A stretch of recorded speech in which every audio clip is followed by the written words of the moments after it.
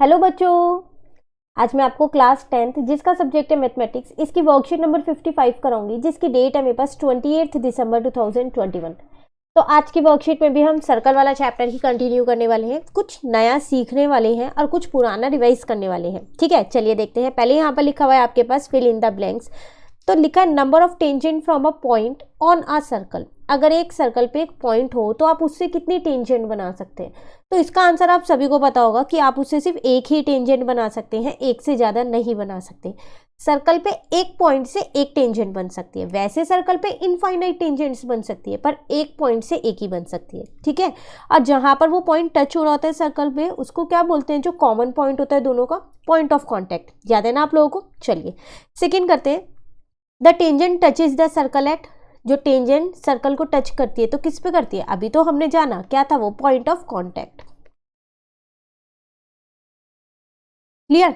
Next है the length of tangent from the point outside the circle. अगर circle के बाहर एक पॉइंट हो, उससे जो टेंजेंट बनाते हैं उनकी लेंथ कैसी होती है? तो याद आ रही है ये कौन सी थ्योरम थी? थ्योरम 10.2 है ना। तो उनकी लेंथ क्या होती है? आपकी इक्वल होती है। क्लियर। चलिए क्वेश्चंस देखिए, आसान आसान क्वेश्चन है, ज़्यादा मुश्किल नहीं है। हाँ, फिगर वाले क्वेश्चन है तो आपको देख के जरूर लग रहा होगा थोड़े से मुश्किल है, पर है सब आसान। पहले क्वेश्चन को फिगर से समझेंगे, फिर सॉल्यूशन देखेंगे। ठीक है ना। देखो फर्स्ट में क्या कह रहा है, in the given figure find the perimeter of triangle A C B if P C is 28। देखो आपको यहाँ पर एक फिगर दे रखी है, आपको दिख रहा है यहाँ पर एक ट्राइंगल बना हुआ, ये रहा। मैं पहले इसको ही हाईलाइट कर देती हूँ। ये आपके पास एक ट्राइंगल बना हुआ है। ठीक है, आपको क्या करना है, इसका पेरीमीटर निकालना है। और आप सभी को पता होगा कि ट्राइंगल का पेरीमीटर क्या होता है? सम ऑफ ऑल साइड। इसका मतलब ए सी प्लस का आ जाएगा ए बी और प्लस का आ जाएगा बी सी। अगर मुझे ये तीनों मिल जाए तो मेरा पेरीमीटर बहुत ईजिली निकल जाएगा, है ना। चलिए एक चीज़ आपको दे रखी है यहाँ पर, पी सी। पूरी पी सी दे रखी है आपको, कितनी है? 28 दे रखी है। अब आप ध्यान से देखिए, जो ये सी वाला पॉइंट है ना, ये तो एक्सटर्नल पॉइंट है। सिर्फ फिगर में पहले क्वेश्चन को अच्छे से समझिए। ठीक है, एक्सटर्नल पॉइंट है तो इससे जो भी दो टेंजेंट डली होंगी उनकी लेंथ इक्वल होगी, होगी नहीं होगी? तो एक तो इससे सी पी डल रही है और एक सी क्यू, तो फिर मैं कह सकती हूँ जितना मेरा पी सी है उतना ही मेरा सी क्यू होगा। तो ये दोनों मेरे 28 आ जाएंगे। ठीक है ना, यहाँ तक क्लियर हो गया? तो आपके पास जो ये पूरी है, जिसको मैं हाईलाइट करूँ फिलहाल ब्लू पेन से, ये पूरा, तो ये दोनों ही आपको कितने दे रखे हैं? 28 गिवन है। क्लियर है यहाँ तक? अब आप उसके बाद देखिए, जो आपका पीसी है वो दो पार्ट्स में बटा हुआ है, एक पीए में और एक एसी में। ठीक है, तो इसका मतलब पीसी तो 28 है, 28 इजिकल्स टू में यहाँ पर आ जाएगा पीए प्लस का एसी। दो पार्ट्स में ही तो है ये। उसी तरीके से मैं आपसे ये कह सकती हूँ कि जो आपका क्यूसी है वो भी दो पार्ट में, एक तो क्यूबी और एक कौन सा है? बीसी। और ये भी आपको 28 दे रखा है। ठीक है, तो यहाँ आ जाएगा क्यूबी प्लस बीसी। ठीक है यहाँ तक? अब ध्यान से देखिए कि सर्कल के बाहर तो एक पॉइंट ये भी है और एक पॉइंट ये भी है, जिसको मैंने पिंक पेन से हाईलाइट किया। तो इससे भी तो दो टेंजेंट बन रही है, एक टेंजेंट पी ए बन रही है ए पॉइंट से और एक ए आर बन रही है। तो इसका मतलब जो पी ए है वो तो ए आर के बराबर होगा। क्यों? अकॉर्डिंग टू थ्योरम 10.2 सर्कल के बाहर जो भी पॉइंट होता है ना, उससे जो भी टेंजेंट डलती है दोनों, वो लेंथ में इक्वल होती है। ऐसा जरूरी नहीं है कि वो पॉइंट थोड़ा दूरी पे ही होना चाहिए, नहीं, वो पास भी हो सकता है, बस सर्कल के बाहर होना चाहिए। ठीक है, उसी तरीके से बी से भी दो टेंजेंट डल रही है, एक क्यू बी और एक बी आर। तो इसका मतलब फिर तो क्यू बी जो है वो बी आर के बराबर होगा। ठीक है यहाँ तक? अब आप ध्यान से देखिए, इस पी ए की जगह मैं ए आर यहाँ पर लिख रही हूँ इसके अंदर। तो इसका मतलब 28 इज इक्वल्स टू में पी ए की जगह मैंने लिख दिया A R plus A C S C है। ठीक है, उसी तरीके से इस क्यू बी की जगह क्या कर रही हूँ मैं? बी आर लिख रही हूँ। तो 28 इज इक्वल्स टू में B R plus B C S C है। यहाँ तक क्लियर है? ये दो मेरी इक्वेशंस बन गई हैं। बस अब कुछ नहीं करना, अब इन दोनों इक्वेशंस को ऐड करना है। तो इस सबको हटा दो, क्वेश्चंस आप खुद करने की कोशिश कीजिएगा, सिर्फ फिगर को क्वेश्चन से समझिएगा। अब खुद से उनको लिखने का तरीका खुद देखिएगा कि कैसे करना है। ठीक है, वरना एग्जाम टाइम पे दिक्कत हो जाएगी। तो एडिंग 1 और 2 कर रही हूँ, तो यहाँ आ जाएगा 28 प्लस 28 इज इक्वल्स टू में A R plus A C plus B R plus B C. ठीक है, अब देखो ए आर में बी आर जोड़ोगे तो ए बी आ जाएगा। आप जोड़ के देख लो, ए आर यहाँ से यहाँ तक है और बी आर यहाँ से यहाँ तक है, दोनों को जोड़ दिया तो ए बी आ गया। प्लस का ए सी ऐसी है, प्लस का बी सी ऐसी है, और यहाँ पर आ जाएगा 56। ध्यान से देखो, हमको यही तो निकालना था, इन तीनों का समेशन, तो वो आ गया 56। इसका मतलब इस ट्राइंगल का पेरीमीटर कितना आ गया है? 56 आ गया। क्लियर है क्वेश्चन? कहीं भी डाउट हो कमेंट करके पूछ लीजिएगा। चलिए सेकंड करते हैं। सेकंड में क्या कह रहे हैं? Prove that the angle formed between two tangent to a circle from a point outside it is supplementary to the angle subtended at the centre by the line segment joining the point of contact. आप सोच रहे होंगे क्या है ये, इतनी बड़ी सी statement, कुछ समझ नहीं आया है ना। देखो यहाँ क्या कह रहा है, आपको प्रूफ करना है। अब प्रूफ क्या करना है शॉर्ट में बताती हूँ कि जो ये टेंजेंट पे जो एंगल बन रहा है ये वाला, और जो ये यहाँ सेंटर पे एंगल बन रहे हैं, ठीक है, ये दोनों एंगल्स सप्लीमेंट्री एंगल्स होते हैं। ये आपको प्रूव करना है। इसके लिए पहले आपको एक चीज पता होनी चाहिए, वो क्या, कि सप्लीमेंट्री एंगल्स कौन से होते हैं। ये वो एंगल्स होते हैं जिन दो एंगल्स का सम 180 होता है। तो हमें ये प्रूव करना है कि जो हमारा एंगल यहाँ पर CAD है प्लस जो एंगल हमारा CED है, CAD मतलब ये वाला, CED मतलब ये वाला, इन दोनों का सम 180 डिग्री है। ये मुझे प्रूव करना है। अब बहुत आसान क्वेश्चन है ये। कैसे? देखो ध्यान से देखो आप, जो ये आपका यहाँ पर एक क्वाड्रिलेटरल बन रहा है, ये देखो, जिसको मैं पिंक पेन से हाईलाइट करूँ ना, आप फिलहाल के लिए सिर्फ वही देखो, बन गया ये क्वाड्रिलेटरल। क्वाड्रिलेटरल के तो चारों एंगल्स का सम 90 डिग्री होता है ना, और ये तो 360 होता है, तो ये तो 90 है, ये भी 90 है। क्यों? अकॉर्डिंग टू थ्योरम 10.1 ना, रेडियस तो टेंजेंट पे परपेंडिकुलर होती है ना, तो मेरी AC तो रेडियस है, फिर वो उस पर परपेंडिकुलर होगी CE पे, इसलिए 90 डिग्री का एंगल है। दूसरा मेरी AD जो है वो भी रेडियस है, अब वो किस पे परपेंडिकुलर होगी? DE पे, तो वो भी 90 डिग्री बना रहे हैं। ठीक है, अब आपको पता है क्वाड्रिलेटरल के चारों एंगल्स का सम 360 होता है। तो एक बार रख के देखते हैं चलो यहाँ पर। तो एक एंगल मेरे को यहाँ पर दे रखा है, ये डायरेक्ट लिख दूँ, दो एंगल तो 90 पता है मुझे, तो 90 + 90, और एक एंगल आ जाएगा मेरा CAD और दूसरा एंगल आ जाएगा CED। ये दो एंगल नहीं पता, क्योंकि क्वाड्रिलेटरल में दो पता है, दो नहीं पता, तो इन दोनों का सम तो 180 हो जाएगा। और जब ये दूसरी साइड पे जाएंगे तो माइनस के हो जाएंगे, तो इसका मतलब CAD + CED is equals to 360 minus का 180। अब जब आप माइनस करोगे तो कितना आएगा? 180 तो आएगा। आपको प्रूफ क्या करना था? यही तो आपको प्रूफ करना था, हो गया प्रूफ। क्लियर? चलिए सॉरी, नेक्स्ट क्वेश्चन नंबर 3 करते हैं। इन the given figure find DOB और ODC। DOB ये वाला एंगल, ODC ये वाला एंगल, ये दो एंगल्स फाइंड करने हैं। एक एंगल तो आपको देख के ही पता चल रहा होगा कैसे फाइंड होगा, अगर आपको ऊपर वाला क्वेश्चन अच्छे से समझ में आया। ये जो हमने यहाँ प्रूफ किया है ना, कि जो रेडियस टेंजेंट पे जो एंगल बनता है ये, और जो यहाँ सेंटर पे बनता है, इनका सम 180 होता है, सप्लीमेंट्री होता है। ये आप किसी भी क्वेश्चन में लगा सकते हैं। ठीक है, अब देख के पता चल रहा होगा कि इस क्वेश्चन में लग रहा है ये, है ना। तो देखो आपको ये वाला एंगल 40 दे रखा है, तो क्या आप DOB एंगल निकाल सकते हो? ये तो बहुत आसानी से निकलेगा। कैसे निकलेगा DOB? तो आप क्या करोगे, इन दोनों का सम आपको पता है, ये वाले एंगल का और ये वाले एंगल का 180 होता है। ठीक है ना, तो आप क्या करोगे, 180 में से कौन से एंगल को माइनस कर दोगे? यहाँ पर DAB को। तो इसका मतलब 180 माइनस का 40, तो यहाँ पर से आपका ये एंगल निकल के आ गया 140 डिग्री। चलो एक एंगल जो पूछा गया था वो तो हमें मिल गया यहाँ पर। क्लियर है यहाँ तक? अब बात आती है ये जो मैं शेड करूँ, इस वाले एंगल को कैसे निकालें। तो इसको निकालने के लिए ना पहले आपको एक दो एंगल्स और निकालने पड़ेंगे। कैसे निकालने पड़ेंगे वो देखो, बिल्कुल ध्यान से सिर्फ फिगर में समझो। देखो जिसको मैं यहाँ ग्रीन पेन से हाईलाइट करूँ, ये तो मेरा 90 डिग्री होगा। कौन सा एंगल? एंगल OBE, ये तो मेरा 90 डिग्री होगा ना। क्यों? अकॉर्डिंग टू थ्योरम 10.1, क्योंकि जो रेडियस होती है वो टेंजेंट पे परपेंडिकुलर होती है, और जो मेरी AE है वो मेरी टेंजेंट है, तो ये पूरा 90 होगा, जिसमें से मुझे ये 75 दे रखा है। तो क्या मैं ये जो छोटे वाला है जिसको मैं शेड करूँ ये निकाल सकती हूँ? बिल्कुल, 90 में से 75 माइनस करूँगी तो ये 15 डिग्री आ जाएगा। आएगा नहीं आएगा 15 डिग्री? तो चलो ये छोटे वाला एंगल निकल गया 15 डिग्री। यहाँ तक क्लियर? देखो आपको सब चीज़ वही लिख रखी है जो मैं आपको बता रही हूँ। ठीक है, अब एक और चीज़, आपने 9th क्लास में एक थ्योरम की होगी कि जो ये वाला एंगल होता है, अब इसमें दूसरे पेन से बनाते हैं, ये वाला जो एंगल है और जो ये एंगल होता है इसका हाफ होता है। किया था आपने 9th क्लास में ये थ्योरम। तो ये 140 है, तो ये कितना होगा? ये होगा 70 डिग्री। ठीक है ना, तो ये चीज़ आपके पास ये लिखी हुई, पूरी वही थ्योरम लिखी हुई है, तो आपको वो 70 बता दिया। ये 9th क्लास में आपने थ्योरम की थी कि जो यहाँ पर क्या कहते हैं, जो ये DOB है ना, ये सेंटर पे है। ठीक है, और जो आपका BCD है वो सर्कल के रिमेनिंग पार्ट पे है, तो वो उसका हाफ होता है। या फिर मैं ये कह सकती हूँ कि जो DOB है वो ट्वाइस होता है, तो वो 70 निकल गया। यहाँ तक क्लियर हो गया। ध्यान से देखो, ये जो आपके पास एक क्वाड्रिलेटरल बना हुआ है, कौन सा, जिसको मैं ब्लू पेन से हाईलाइट कर रही हूँ, उसको देखो सिर्फ। तो इसमें 4 एंगल है, तो मेरे को एक एंगल 70 वाला मिल गया, एक 15 वाला मिल गया, एक तो निकालना ही है। अब अगर मुझको ये वाला एंगल और मिल जाए ना, ये वाला, तो बात बन जाएगी। बन जाएगी नहीं बन जाएगी? अब आप ध्यान से देखो, ये 140 डिग्री है, तो ये पूरा मिलके तो एक कंप्लीट एंगल बना रहा है ना, बना रहा है नहीं बना रहा? तो अगर मैं इसको 360 में से माइनस कर दूंगी 140 को, तो मेरा रिमेनिंग एंगल आ जाएगा, तो ये आ जाएगा मेरा 220, जिसको हम बोलते हैं reflex of angle DOB.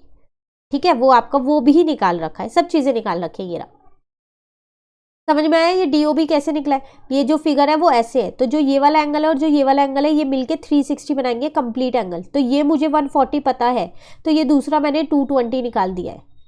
Clear हो गया यहाँ तक? चलिए, अब क्वाड्रिलेटरल के 3 एंगल तो पता है, फोर्थ वाला ये वाला एंगल तो आप बहुत आसानी से निकाल सकते हो। क्या करने वाले हो आप, 360 में से 15 डिग्री माइनस कर दोगे, 220 डिग्री माइनस कर दोगे और 70 डिग्री माइनस कर दोगे। जो आपका आंसर आएगा वो आपका यही वाला एंगल आएगा। क्लियर हुआ क्वेश्चन? कहीं पर भी डाउट हो कमेंट करके पूछ लीजिएगा। आसान आसान क्वेश्चन है, सिर्फ थ्योरम्स याद होनी चाहिए। चलिए आ जाते हैं उन क्वेश्चंस पे जो खुद करने हैं। 4 क्वेश्चंस है। फर्स्ट आपसे कह रहे हैं find the value of m for the given figure where c is the centre of the circle. c जो है वो सर्कल का सेंटर है और m की वैल्यू फाइंड करनी है। आता है? बिल्कुल आता होगा। अभी ऐसे 2 क्वेश्चन करके आए हैं कि जो टेंजेंट पे एंगल बनेगा और जो सर्कल पे बनेगा उनका सम 180 डिग्री होगा। किया नहीं किया? तो यहाँ पर लिख देते हैं हम,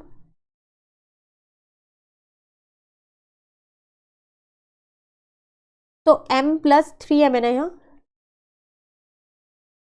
इज इक्वल्स टू में 180 डिग्री। तो 4m इज इक्वल्स टू में 180 डिग्री, तो m इज इक्वल्स टू में आ जाएगा 180 डिवाइडेड बाय 4। आप चाहो तो इसको कट कर सकते हो। ठीक है, तो मैंने इसको कट किया 2 पे और इसको कट किया 90 पे, तो m की वैल्यू कितनी आ गई 45 डिग्री। लेकिन आपको यहाँ पर साथ में रीजन लिखना पड़ेगा, और रीजन आप क्या लिखोगे वो भी देख लो। यहाँ ये लिखोगे, यहाँ से द एंगल से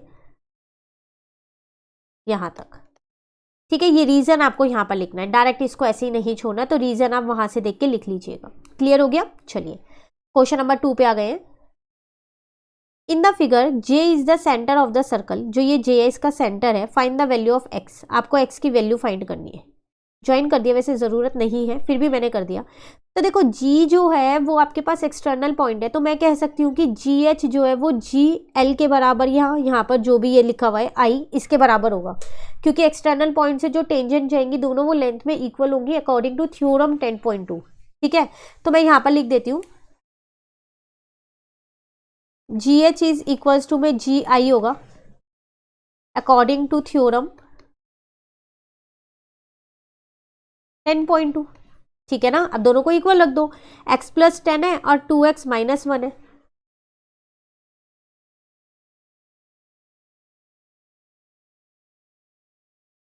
तो x वाली टर्म ऐसा करो एक साथ रख लो, तो यहाँ आ जाएगा -x और यहाँ आ जाएगा -11। इसको इससे कट कर दो, x की वैल्यू कितनी आ जाएगी आपके पास 11 आ जाएगी। क्लियर हो गया? इस 10 को मैं दूसरी साइड ले आई तो माइनस का हो गया वो। क्लियर? चलिए क्वेश्चन 3 पे आते हैं। 2 tangents make an angle of 120 degree with each other are drawn to a circle of radius 6 centimetre. Show that the length of the tangent, length of each tangent is 2√3 centimetre. देखो कह रहा है यहाँ पर आपके पास 2 टेंजेंट है जो angle बना रही है 120 डिग्री का। ठीक है, और उनमें रेडियस भी दे रखे है। आपको क्या शो करना है, जो टेंजेंट की लेंथ है ना वो 2√3 है। इसमें ना पहले फिगर आपको ड्रॉ करनी पड़ेगी, तो हम यहाँ ड्रॉ करते हैं।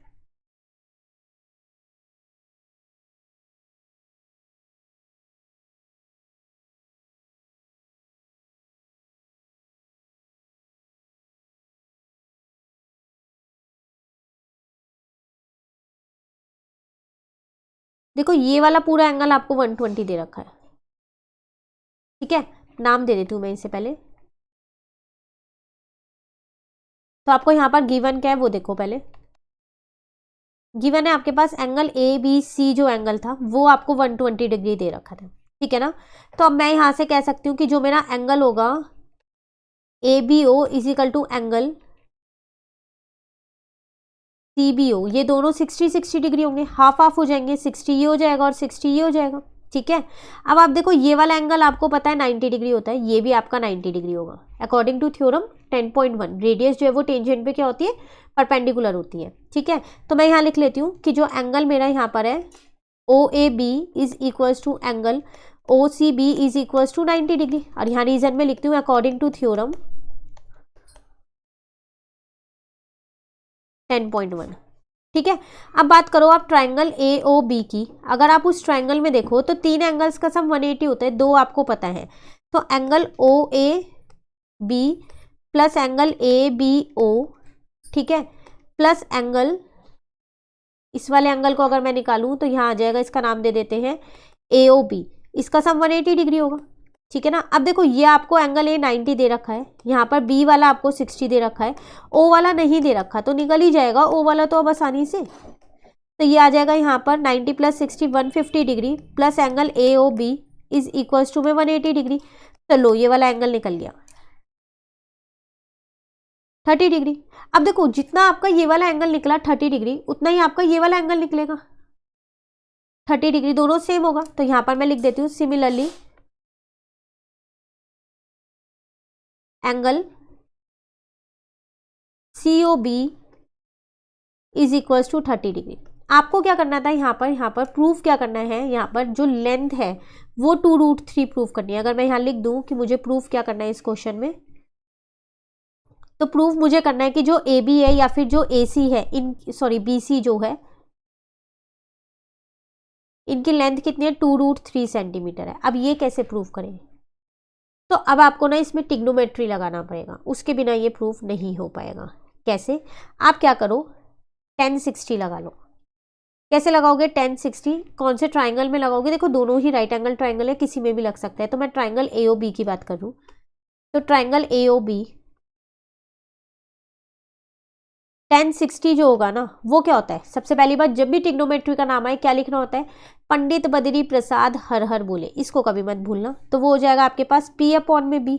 अब P और B देखी जाए यहाँ पर क्या है, तो 90 के सामने वाला तो हमेशा हाइपोटेन्यूज होता है ना। तो OB तो मेरा यहाँ पर हाइपोटेन्यूज है, ये रहा, ये आ गया 90 के सामने वाला मेरा हाइपोटेन्यूज आ गया। ठीक है, तो P अपॉन में B है आपके पास, तो फिर अब यहाँ पर OA आ जाएगा P और AB कितना आ जाएगा B, तो बस वही चीज यहाँ लिख दो OA अपॉन में AB। ठीक है, और 1060 कितना होता है √3। अब आप ध्यान से देखो इस क्वेश्चन में रेडियस आपको पता थी 6, तो ये भी 6 है ये भी 6 है, तो मैं कह सकती हूँ कि मुझे OA तो पता है यहाँ पर, तो √3 इज इक्वल्स टू 6 अपॉन में AB। ठीक है ना, तो AB कितना आ जाएगा आपके पास 6 अपॉन में √3। अब रूट में तो छोड़ेंगे नहीं, रैशनलाइज करना पड़ेगा, तो रैशनलाइज कर दिया यहाँ, तो आ गया 6√3 अपॉन में 3, इसको इससे कट किया 2, तो 2√3।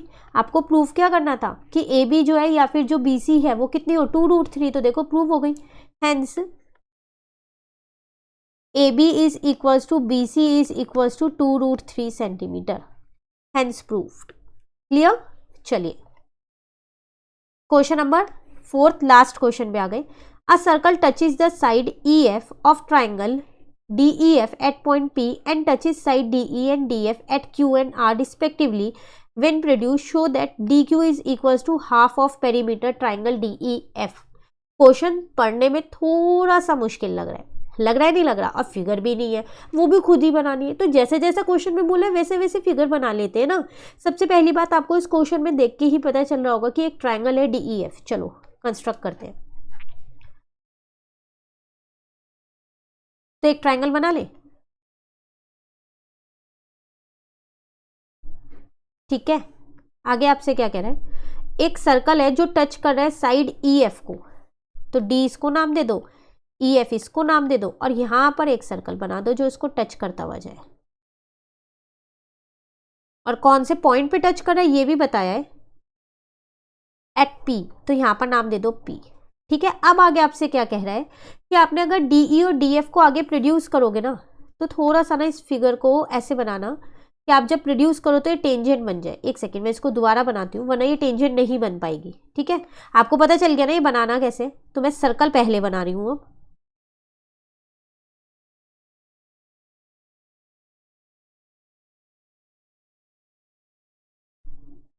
ये प्रोड्यूस कर दी मैंने आगे, ये पॉइंट P, ये D, ये E, ये F, सेम वही बनाया, सिर्फ DE और DF को आगे प्रोड्यूस कर दी, इस तरीके से वो सर्कल की टेंजेंट बन जाए। ठीक है, अब आगे आपसे क्या कह रहा है, produced at Q and R पे वो आगे जा रही है, एक्सटेंड कर रही है। ठीक है, यहाँ पर Q आ जाएगा, यहाँ पर R आ जाएगा।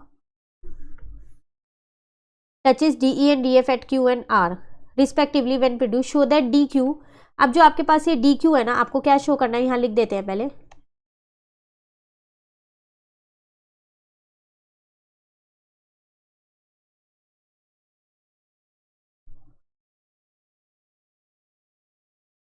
जो DQ है ना वो किसके बराबर है आपके पास, वो बराबर है हाफ ऑफ पेरीमीटर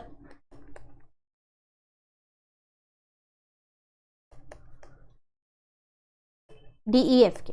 ठीक है, अब आप देखो, पहले सबसे पहली बात, अगर हम अपना सॉल्यूशन यहाँ से शुरू करें तो पेरीमीटर ऑफ ट्राइंगल DEF होगा क्या, तीनों साइड का समेशन। तो क्या है वो तीनों साइड, एक तो DE है, एक DF है और एक EF है। ठीक है, अब देखो यहाँ से अगर आप ध्यान से देखो तो जो EP है और जो PF है, ये दोनों तो जो है आपके, सॉरी, जो E और F पॉइंट है ये दोनों तो इक्वल होंगे ना, E और F जो है वो एक्सटर्नल पॉइंट्स है, तो इनसे जो भी टेंजेंट जा रही होगी वो इक्वल होगी लेंथ में। ठीक है, तो पहले मैं यहाँ लिख देती हूँ E एंड F आर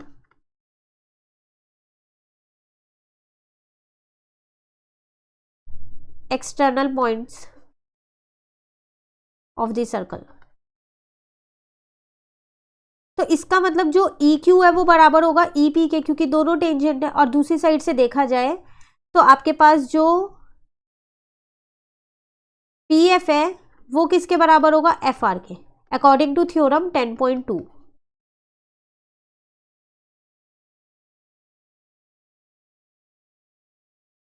यहाँ तक क्लियर है। तो इसका मतलब अब अगर हम देखें, यहाँ पर मेरे को EQ मिल गया है और दूसरा क्या मिल गया मुझे, यहाँ पर FR मिल गया है। तो आप यहाँ पर देखो DQ जो है वो दो पार्ट्स में बटा हुआ है, DE जो है। तो देखो अगर मैं अपने पेरीमीटर की यहाँ पर बात करूं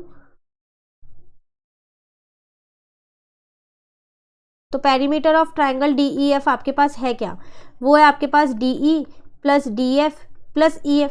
ठीक है, ध्यान से देखो, जो आपका EF है वो दो पार्ट में बटा है, EP और PF में, तो उसको ये लिख दो, DE plus DF plus EF की जगह मैं लिख रही हूँ EP और PF। ठीक है, क्लियर है यहाँ तक। अब देखो DE को आप ऐसे ही रहने दो, DF को ऐसे ही रहने दो, EP की जगह आप क्या लिख सकते हो, EQ लिख सकते हो ना, क्योंकि ये दोनों बराबर है, अभी हमने यहाँ पर प्रूफ किया ऊपर। अब PF की जगह आप लिख सकते हो FR। ठीक है, अब देखो जब आप DE में EQ जोड़ोगे, इन दोनों को जोड़ोगे तो आपका क्या बन जाएगा, यहाँ पर DQ बन जाएगा, और DF में FR को जोड़ोगे तो आपका क्या बन जाएगा, यहाँ पर DR बन जाएगा। क्लियर है यहाँ तक। अब D जो है ये भी तो एक्सटर्नल पॉइंट है सर्कल के बाहर, तो इसका मतलब DQ और DR भी इक्वल होगी। ठीक है ना, अब यहाँ लिख देती हूँ, point D is the external point of the circle. तो इसका मतलब जो आपके पास DR है वो किसके बराबर होगा, DQ के बराबर, अकॉर्डिंग टू थ्योरम 10.2।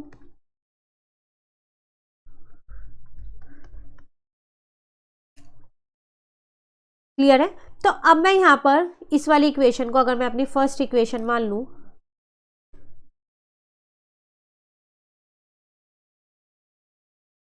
तो पेरीमीटर ऑफ ट्राइंगल DEF आपके पास क्या निकल के आया, वो आपके पास आया था DQ प्लस DR। दोनों की जगह मैंने क्या किया, DQ ही लिख दिया, क्योंकि दोनों इक्वल ही तो है, इसको इक्वेशन 2 मान लो। ठीक है यहाँ तक। अब ये क्या हो जाएगा, यहाँ पर ट्वाइस ऑफ DQ, और यहाँ पर ये ऐसे ही रहेगा।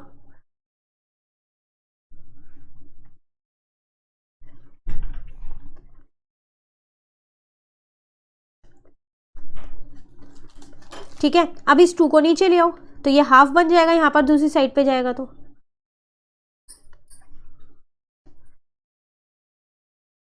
और यहाँ पर क्या रह जाएगा, DQ। आपको प्रूफ तो यही करना था, अगर आप ऊपर देखो आपने जो प्रूफ वाला लिखा है, शो क्या करना था, DQ जो है वो हाफ है पेरीमीटर के, जो कि यहाँ पर आ चुका है। क्लियर। तो ये था आपके पास क्वेश्चन नंबर 4। इसी के साथ ये वर्कशीट कंप्लीट हो गई आपकी 55। कोई भी डाउट हो कमेंट करके पूछ लीजिएगा, नेक्स्ट वर्कशीट हम नेक्स्ट वीडियो में करेंगे। तो अगर आपको ये वीडियो अच्छी लगी तो लाइक ज़रूर कीजिएगा और मेरे चैनल को सब्सक्राइब कीजिए। Thank you.